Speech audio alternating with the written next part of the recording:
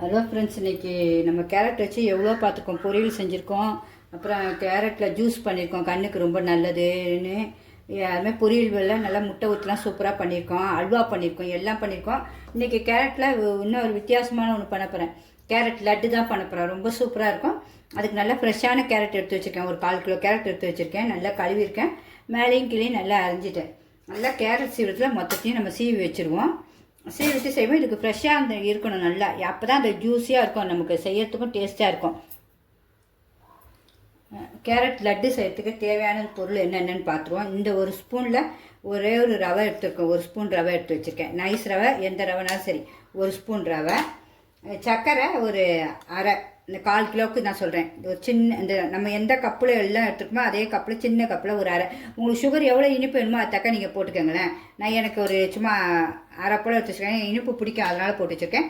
தேங்காய் அதே கப்பில் ஒரு ஃபுல் எடுத்து வச்சுருக்கேன். தேங்காய் நல்லா ஃப்ரெஷ்ஷான தேங்காய் இருக்கும், நல்லா ஜூஸியாக இருக்கும். அது பாருங்க, இப்படி பண்ணால் நல்லா ஜூஸியாக இருக்கணும். தேங்காயும் சூப்பராக இருக்கணும். அப்புறம் அதுக்கு முந்திரி திராட்சை எவ்வளோ தேவையோ அவ்வளோ, ஒரு 5 முந்திரி முழுசாக போட்டிருக்கேன், நம்ம லாஸ்ட்டில் சும்மா டெக்கரேஷனுக்கு வைக்கிறதுக்கு. அப்புறம் முந்திரியாக பாதி இப்படி கட் பண்ணி வச்சுருக்கேன். எவ்வளோ முந்திரி வேணால் நீங்கள் போடலாம். டேஸ்ட்டு குழந்தைங்களாம் விரும்பி சாப்பிடும். அதில் கடிக்கும் போது அவ்வளோ ஒரு சுவை இருக்கும், அட்டகாசமாக இருக்கும். அப்புறம் ஏலக்காய் பொடி எடுத்து வச்சுருக்கேன். கிராம்பு லட்டில் போடுவாங்க, உங்களுக்கே தெரியும். நல்லா பொடிசாக எடுத்து அரிஞ்சு வச்சுருக்கேன். அதை வந்துட்டு நம்ம முந்திரி நெய்யில் லைட்டாக வறுத்து போட்டிங்கன்னா அந்த ஏலக்காய் அந்த லட்டில் சாப்பிடும்போது கூட சூப்பராக இருக்கும் சுவை. அதுமாதிரி நெய் தேவை, ஒரு 5 ஸ்பூனோ ஒரு 6 ஸ்பூனோ நெய் வேணும். அதுக்கு ஆவி நெய் தான் வச்சுருக்கேன். நம்ம எல்லாமே ஃபஸ்ட்டு முந்திரி திராட்சைலாம் வறுத்துப்போம். வறுத்துட்டு அடுத்து ரவையும் இதிலே வறுத்துடுவோம். அந்த எண்ணெய் அந்த நெய்யிலே வறுப்போம். ஒன்றுனா பார்ப்போம். அதுக்குள்ளே இதை நல்லா திருவி பூ போல் திருவி வச்சுருவோம். உங்களுக்கு எப்படி திருவினாலும் சரி, நீங்கள் இந்த திருவினாலும் சரி, திருவினா கூட கொஞ்சம் நேரம் ஆகும். இந்த இன்னொன்று இருக்குது பாருங்க, கேரட் சீவுறது, இதில் சீவினாலும் சரி தான். இப்போ நம்ம எல்லாத்தையும் சீவிடுவோம். உங்களுக்கு என்னுடைய சமையல் பிடிச்சிருந்தா கண்டிப்பாக ஒரு லைக் பண்ணிவிட்டு பாருங்கள் ஃப்ரெண்ட்ஸ். இப்போ சிம்பா நியூ ஜெட் சேனலுக்கு சப்ஸ்கிரிப்ஷன் பண்ணாதவங்க பண்ணிவிடுங்க. ஓகே ஃப்ரெண்ட்ஸ், இப்போ கேரட் சீவுறது இப்படி சீவிடுவோம். எல்லா கேரட்டையும் நான் தோல் எடுக்கலை, ஏன்னா தோலும் நல்ல ஸ்ட்ரென்த்து தான், உங்களுக்கு கண்ணுக்கு ரொம்ப நல்லது. கண்ணுக்கு ரொம்ப நல்லதுங்க. எப்படி வேணாலும் செஞ்சு குழந்தைங்களுக்கு கொடுத்துருவோம். அந்த லட்டெல்லாம் குழந்தைங்க கையில் கொடுத்தீங்கன்னா ஓடி விளையாடும் போதே சாப்பிட்ருங்க. இன்னும் திருப்பி திருப்பி கேட்கும். ஒரு சாப்பிட்டோன்னா அவ்வளோ சுவை இருக்கும். பெரியவங்களுக்கு ரொம்ப பிடிக்கும். வாலிப தம்பிங்க கூட சாப்பிடலாம். தம்பி தங்கச்சிங்க எல்லாம் ஸ்ட்ரென்த்து பார்த்தீங்கன்னா எல்லாமே இந்த வந்து பார்த்து பார்த்து செஞ்சுருக்கேன் பாருங்கள். உங்களுக்கு தேங்காய் பூ, வயிற்று புண்ணு ஆட்டம், அவ்வளோ ஹெல்த்து. அந்த மாதிரி எல்லாத்தையும் இதேமாரி திருவிடலாம். எல்லா கேரட்டையும் பிசி விட வேண்டியதான். இங்கே பார்த்திங்களா, எல்லாம் செஞ்சாச்சு, அழகாக முடிச்சாச்சு. இனிமேல் அடுத்தது நம்ம கடாய் வச்சுருவோம். ஸ்டவ் பற்ற வச்சாச்சு, கடாய் வச்சாச்சு. நம்ம நெய் வந்து 1 ஸ்பூன் நெய், 1 ஸ்பூன் ஊற்றுவோம். எல்லாம் வறுக்கிறதுக்கு 1.5 ஸ்பூன் ஊற்றுறேன். இந்த சின்ன ஸ்பூனுக்கு தான்.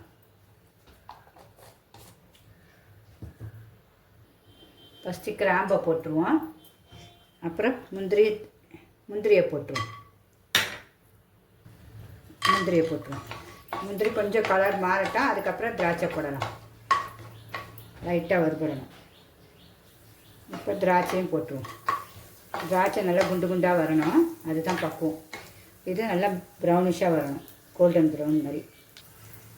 நல்லா எல்லாம் கலர் மாறிச்சு. திராட்சை குண்டு குண்டாக ஆகிடுச்சு பாருங்கள். இனிமேல் எல்லாத்தையும் எடுத்துருவோம்.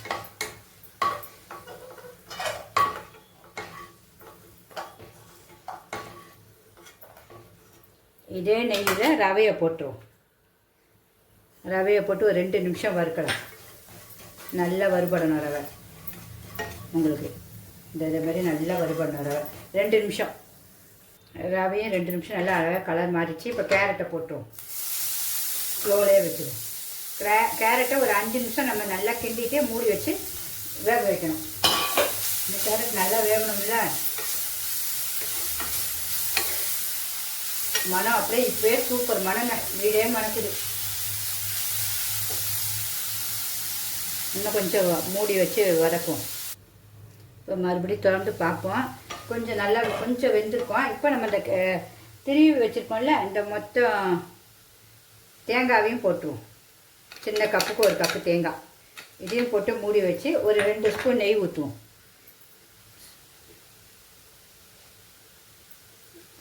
அவ்வளோதான். நான் சும்மா 1.25 ஸ்பூன் தான் நெய் ஊற்றிருக்கேன். எனக்கு போதும், ரொம்ப நெய்யும் வேண்டாம். நீங்கள் நல்லா தாராளமாக ஊற்றிங்க, சின்ன பிள்ளைங்களுக்கு கொடுக்குறவங்க.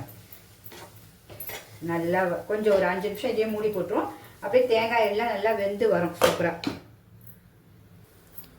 இப்போ பார்க்கலாமா? அந்த பாருங்கள் எவ்வளோ அழகாக வெந்துருச்சு. கலரும் சூப்பராக மாறிடுச்சு. பாருங்க நம்ம சுத்தமாக ஒரு சொட்டு தண்ணி கிடையாது, நெய் மட்டும் தான் ஊற்றிருக்கோம்.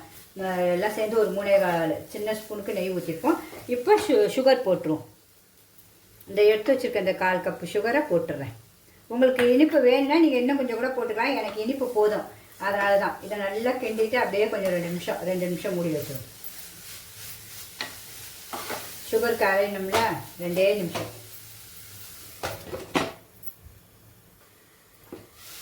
இப்போ எல்லாம் நல்லா சூப்பராக வெந்துருச்சு, மணமும் வந்துருச்சு. சூப்பராக இந்த சுகரும் எல்லாம் அதில் மெல்ட் ஆகிடுச்சு. இப்போ நம்ம கிராம்பு, முந்திரி, திராட்சை எல்லாத்தையும் போட்டுருவோம். ஒரு ஏலக்காய் பொடி நுணுக்கி வச்சுருக்கோம்ல, அதையும் போட்டுருவோம். போட்டு லாஸ்ட்டில் சும்மா ஒரு கொஞ்சோண்டு அந்த லட்டு பிடிக்கிறதுக்காக இவ்வளோண்டு நெய் மேலே ஊற்றிடுவோம்.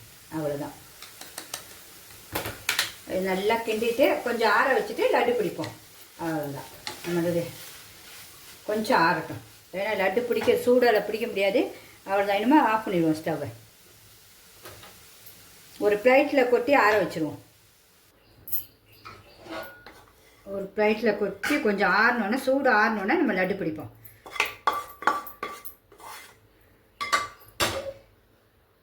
இப்போ கைப்பழுக்கிற சூடில் நம்ம லட்டை பிடிச்சிருவோம். நீங்கள் வேணால் நெய் தடவிக்கிங்க. நல்லா கொஞ்சம் கட்டியாக நல்லா அழுத்தி பிசைஞ்சிக்கங்க.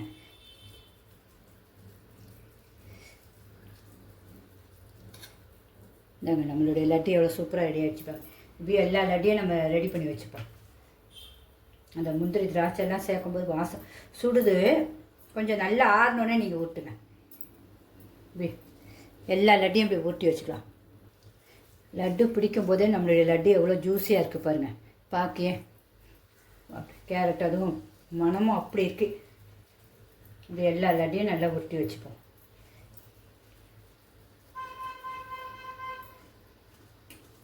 கொஞ்சம் சூடாக இருக்கும் போதே உருட்டினீங்கன்னா ஈஸியாக இருக்கும் உங்களுக்கு உருட்டுறதுக்கு. அவ்வளோதான். மீடியா எல்லாத்தையும் நம்ம முடிச்சுட்டு அடுத்து டேஸ்ட் பார்த்துருவோம். நம்மளுடைய கேரட் லட்டு எவ்வளோ அழகாக ரெடி ஆகிடுச்சு பாருங்கள். சூப்பராக. சும்மா நம்ம அழகாக டெக்கரேஷனுக்கு தான் மேலே இது முந்திரி வச்சுருக்கோம். பார்க்க அழகாக இருக்கட்டும்னு. பார்க்க எவ்வளோ சூப்பராக இருக்குது பாருங்கள். கலர்ஃபுல்லாக குழந்தைங்கள்லாம் விரும்பி சாப்பிடுவாங்க.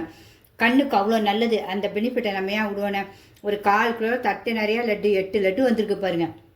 உங்களுக்கு இது போதாதான். நம்ம சுவையும் டேஸ்ட் பார்க்கணும்ல எப்படி இருக்குன்னு.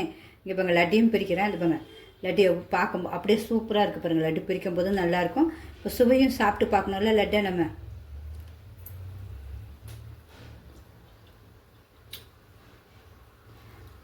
அப்பா செம்ம டேஸ்ட்டுங்க. வேறு லெவலில் தான் சொல்லலாம். அந்த முந்திரி கழிக்கும் போது கிராம்புடைய வாடை, தேங்காய் பூ, அப்புறம் அந்த நெய், கேரட் எல்லாம் சேர்ந்து சும்மா கலக்குதுங்க. கண்டிப்பாக நீங்கள் எல்லோரும் வீட்டில் இதுமாதிரி ஜாலியாக செஞ்சு என்ஜாய் பண்ணி சாப்பிடுங்க. உங்களை புகழாதவங்களே இருக்க மாட்டாங்க. எப்படிலாம் இதெல்லாம் இப்படி உனக்கு தோணுதுன்னு கேட்பாங்க. அதுமாதிரி நீங்களும் செய்யுங்க ஃப்ரெண்ட்ஸ். பிடிச்சிருந்தா கண்டிப்பாக ஒரு லைக் பண்ணிடுங்க. ஓகே ஃப்ரெண்ட்ஸ், பாய்.